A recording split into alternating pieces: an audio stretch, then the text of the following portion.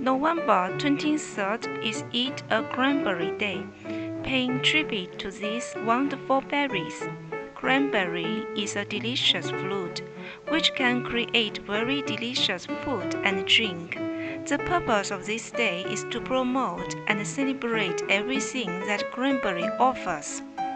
Cranberries have existed for tens of thousands of years, and their origins stem from natural and geographic events. Of the Ice Age, the receding glaciers left hollows that eventually evolved into cranberry bogs. Stuffing these sweet and tart berries into your mouth without the recipe may not be the best way to enjoy them. They are delicious as jam, and they also make lovely cheesecakes, breads, pies, and drinks. This is the painting we've done with oil pastels for this special day. Wish you a great Eat a Cranberry Day.